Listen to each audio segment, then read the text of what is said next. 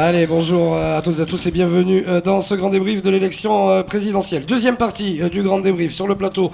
Alors, c'est le hasard des arrivées, hein, c'est pas une volonté de cette seconde partie, mais on va être extrêmement républicain dans cette deuxième partie avec... Ça a été concerté entre républicains. Bien sûr, mais vous êtes organisés. On va arriver à 7h30, comme ça tout le monde sera parti. Nous serons entre nous. Et au passage, vous avez crevé les pneus de Tani.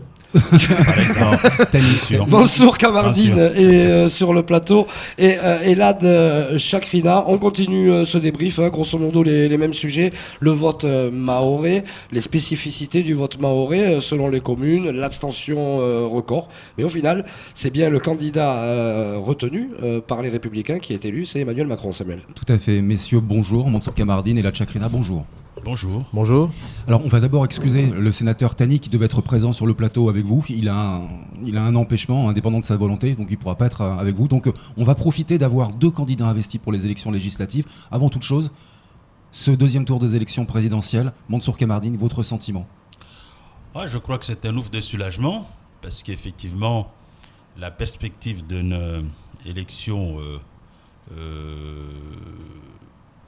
d'une élection de Marine Le Pen était présente, et vous savez que les extrêmes ne sont jamais des positions disons, de construction.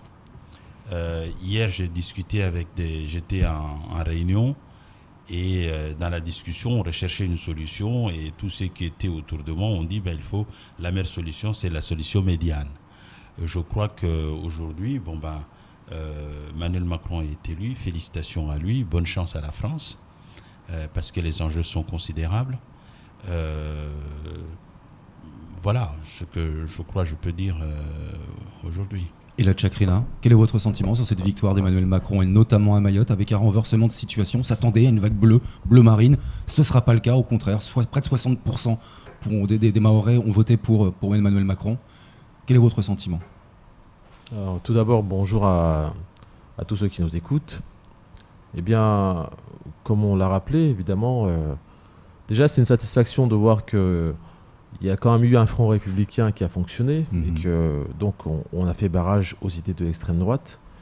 Maintenant, concernant cette abstention qui était aussi très importante, il faut dire qu'il s'agit surtout aussi pour la population locale de faire part de son exaspération, de sa frustration, de sa colère.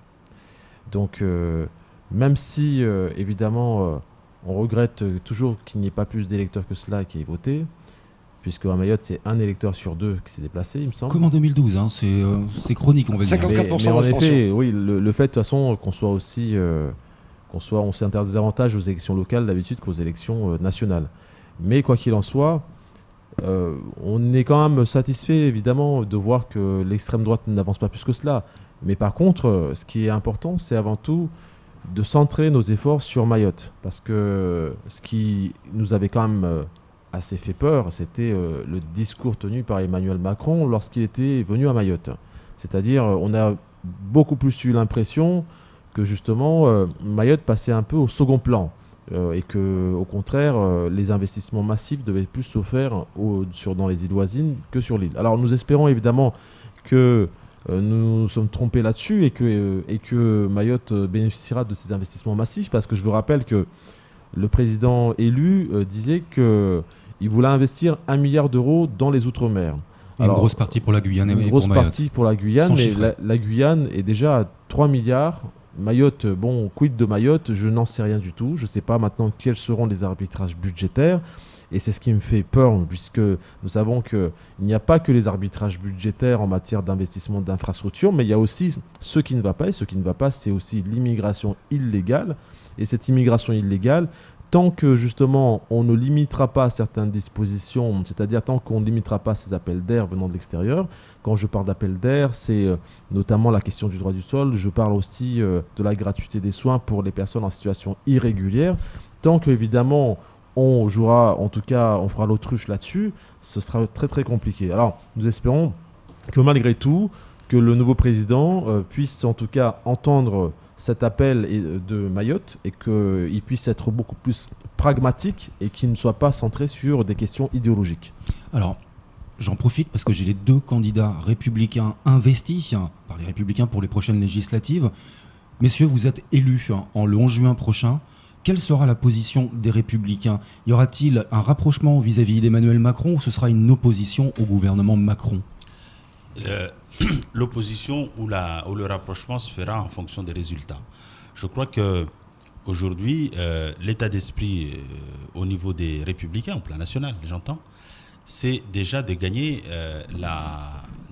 les législatives. Et nous avons, je crois, des atouts considérables, mais cela suppose déjà que nous sachions au plan national parler d'une même et seule voix. Et si cela était possible, à ce moment-là, nous contrôlerons l'appareil gouvernemental. Et donc, on ne sera pas dans l'opposition, on sera dans la majorité. La deuxième chose, je crois que jamais une élection a été hors norme que celle-ci. Au moment où nous parlons, nous ne sommes pas rassurés d'une élection, d'une majorité d'une majorité présidentielle. J'ai regardé hier les commentateurs, je voyais Mélenchon qui aiguisait ses armes pour avoir ses députés. Naturellement, Marine Le Pen est dans les starting box pour avoir aussi ses députés. Il y a le PS également qui doit présenter ses candidats. Donc jamais dans l'histoire de la Ve République et des élections législatives, on a été dans l'indécision qu'actuellement. Donc je crois qu'il faudra voir les élections, comment les choses vont se faire dans les jours qui viennent pour savoir qu'est-ce qu'on fait. Mais nous, on est bien déterminés à gagner ces législatives et à pouvoir à prendre le contrôle de l'appareil. Et là, Chakrina, il y a eu un peu d'arrogance de la part d'Emmanuel Macron d'un point de vue législatif en disant, pour faire passer mes lois, notamment la loi travail, mais aussi la loi Macron, qu'il veut faire évoluer puissance 10, il dit je passerai par ordonnance. Mais pour ça, encore faut-il avoir l'autorisation donnée par le Parlement. Oui, absolument. Et comme en tout cas, ici vient de le dire mon confrère, cette autorisation, il faut déjà avoir évidemment la majorité à l'Assemblée nationale. Et bon, nous savons parfaitement bien que l'électorat est divisé en 4, puisqu'il y a 4 quarts. Il y a en tout cas, grosso modo, nous faisons 20% à l'échelle nationale, En Marche et aussi dans ce même cas de figure. En tout cas, chacun a sa part dans les 4 quarts. Alors, la question sera de savoir maintenant quelles seront les alliances qui permettront ensuite à chaque parti de pouvoir en tout cas tirer son épingle du jeu. Et je pense que, hormis la question des alliances, les Français désirent farouchement une alternance. Et cette alternance en question, on a l'impression qu'elle a été volée. Puisque cette alternance, ça veut dire que c'est des idées, en tout cas, que nous portons, les valeurs que nous portons. Alors, on ne sait pas encore ce que c'est actuellement qu'En Marche que ça va donner. Mais, quoi qu'il en soit, ce que, avant tout, la population, en tout cas aussi localement, a souhaité quand même faire passer comme message, c'est qu'il y avait une politique publique qui a été menée et qui ne satisfaisait absolument pas la population, et voire même pire, qui la conduisait au désastre. Donc, je crois que commencer à parler justement des ordonnances pour pouvoir gouverner, c'est évidemment un peu hâtif. Il faut avoir un peu plus d'humilité. La bataille qui va s'annoncer va être compliquée, elle va être difficile. Et ensuite, on ne sait pas comment est-ce que dans ce cas-là, il va se retrouver si maintenant le Palais Bourbon se retrouve avec une majorité de républicains. Qu'en sera-t-il ? Bon, je pense qu'à mon avis, à ce moment-là, il va plutôt falloir revoir un peu ce genre de propos. Mais nous avons en tout cas bon espoir, puisque je pense que les Français, de manière générale, souhaitent avant tout qu'il y ait un changement profond de cap, puisque, comme à Mayotte également, l'insécurité sévit énormément à l'échelle nationale, et je crois que c'est un des points forts sur lesquels il faudra insister, le retour à l'autorité de l'État. Je dirais, il faut revenir aux fondamentaux. Comme le disait Elad Chakrina, la Constitution est claire. Elle fait une répartition des rôles entre le gouvernement et le président de la République. Le président de la République définit les grandes orientations de la nation et le gouvernement conduit et met en œuvre ces orientations. Mais ça suppose qu'il y ait une identité entre la majorité présidentielle et la majorité parlementaire. Quand ce n'est pas le cas, eh bien, chacun reste dans son rôle. Et à ce moment-là, le président de la République est confiné dans deux rôles principaux, mais importants, tout aussi importants, la défense et les affaires étrangères. Et puis les affaires intérieures, ce qui c'est la cohabitation. Le quotidien des Français, c'est quand même le gouvernement. À ce moment-là, il me paraîtra difficile d'imaginer qu'effectivement, un président de la République qui n'a pas la majorité au Parlement puisse réformer le Code du travail. À cela s'ajoute que, entre autres points de friction majeurs entre les mélenchonistes et Macron, c'est quand même cette réforme du code du travail. Je voudrais enfin revenir sur un point, très important, l'analyse du scrutin de ce matin, ainsi qu'il l'a dit Elad Chakrina. Je crois que il faut que nous cherchions à comprendre le sens du vote des Mahorais. Les Mahorais ne sont pas xénophobes. Les Mahorais ne sont pas racistes. Les Mahorais aiment les autres. Mais les Mahorais sont dans une espèce de seringue. Ils n'arrivent plus à respirer chez eux. Ils sont étouffés aussi bien par l'immigration que par l'insécurité. Et c'est ce qui a fait le résultat de Marine Le Pen. C'est-à-dire, nous avons un pays, un département s'agissant de Mayotte, mais un pays, la France d'une manière générale, qui a été totalement abîmé par le pouvoir socialiste, la gauche, et ses supporters, notamment les parlementaires qui l'ont soutenu mordicus. Voilà la situation. Donc, il faut que nous reprenions tout ça. Il faut d'une réorientation, comme le disait Elad Chakrina. Nous avons besoin d'une réorientation qui est d'une nouvelle politique qui permette de mieux prendre en compte ces situations. Parce qu'aucun gouvernement, aucune région de France, ça je le dis jusqu'au jour où je serai suffisamment entendu, aucune région française ne supporterait le poids de l'immigration et l'insécurité prégnante sur ce territoire.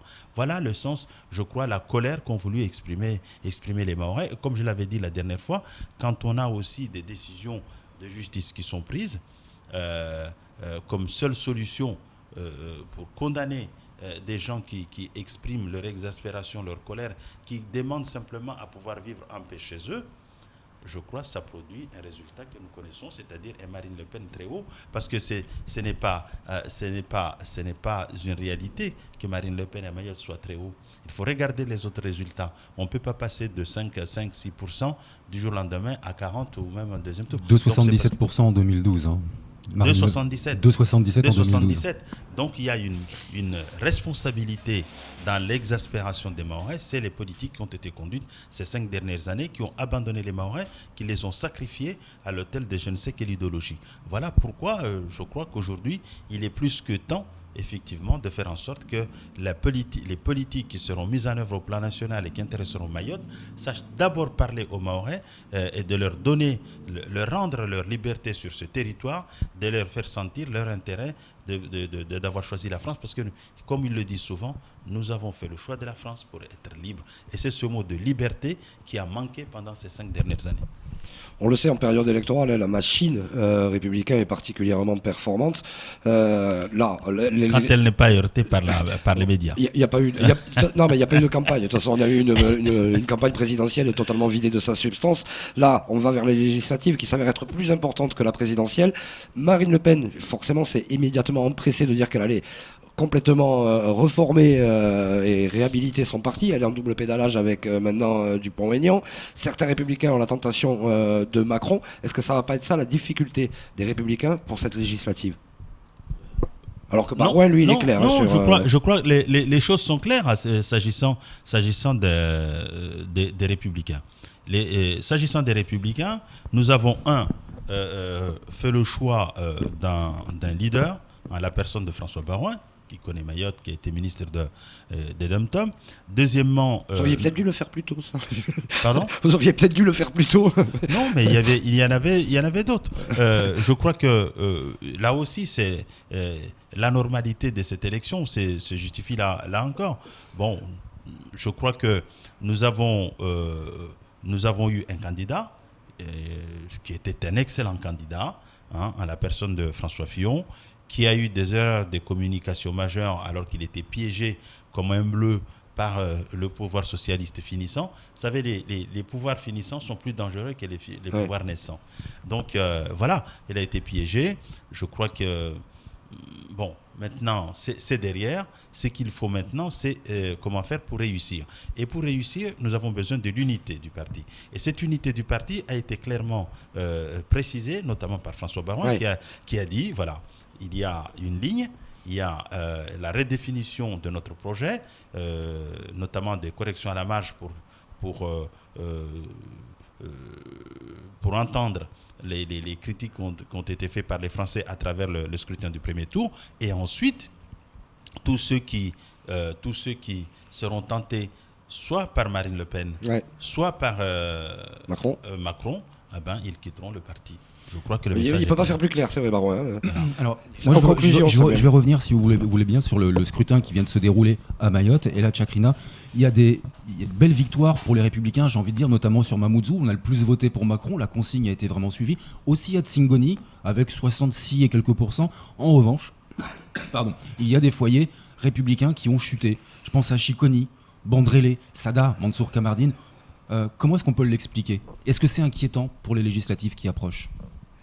Je crois qu'il faut vraiment distinguer toutes ces élections, parce que l'électorat qui s'est déplacé pour voter pour Marine Le Pen, c'est aussi bien des républicains, des socialistes, que du MDM. C'est en tout cas un citoyen lambda, ce sont des citoyens lambda qui ont souhaité, en tout cas exprimer, encore une fois, leur désarroi. Donc ce choix-là, en fait, il a été dicté parce que nous vivons des moments difficiles sur l'île, mais en aucun cas, je crois, que cela aura un impact, en tout cas, très important sur, justement, les élections législatives. Pourquoi ? Parce que, tout d'abord, quand vous parlez du Front républicain, cela veut dire que toutes les formations politiques, en tout cas, s'unissent contre l'extrême droite. Donc, cela, déjà, est totalement biaisé, puisqu'on ne peut pas savoir à quel pourcentage, justement, qui a ramené des voix pour, justement, faire barrage aux idées de l'extrême droite.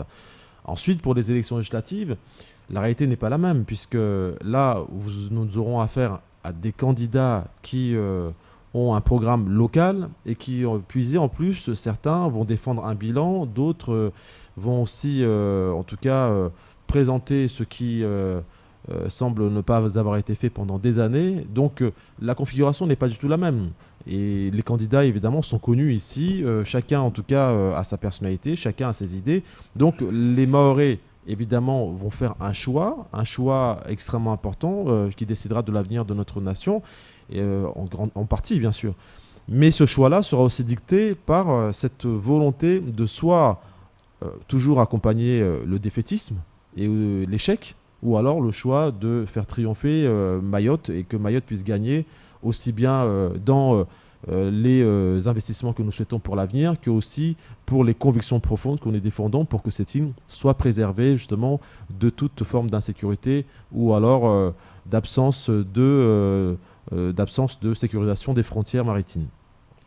Merci beaucoup, messieurs, d'être venus vous exprimer sur le plateau. On n'a pas fini de se revoir. Déjà, mon pépère, on a dépassé de 4 minutes. Ah bon on était bien ici. Merci beaucoup d'être venus sur ce plateau. On n'a pas fait. C'est ça. J'ai envie de dire, moi, je suis heureux parce qu'on en a fini avec ces élections présidentielles, parce qu'on en a bavé tous. Je crois. Mais maintenant, il y a les législatives. Je suis content parce qu'on va vous voir dans un autre combat et avec une autre manière. On va vous retrouver sur le plateau très rapidement. Vous êtes les 2 candidats investis pour les législatives. Parce que là, j'ai jamais vu des gens aussi tristes un jour de victoire. Avec plaisir. La suite de nos programmes.